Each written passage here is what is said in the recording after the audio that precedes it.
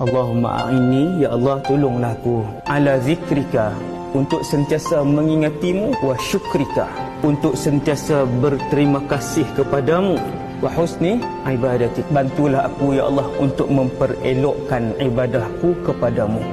Doa ni Nabi ajar kepada Sayyidina Muaz. Kita jarang meminta, sedangkan Allah itu suka manusia yang paling banyak memohon kepada Allah. Lepas Nabi sebut tu, aku sayang kamu wahai Muaz, jangan tinggal tiap-tiap kali selepas kamu solat, selepas bagi salam, Allahumma a'inni ala zikrika wa syukrika wa husni ibadatik.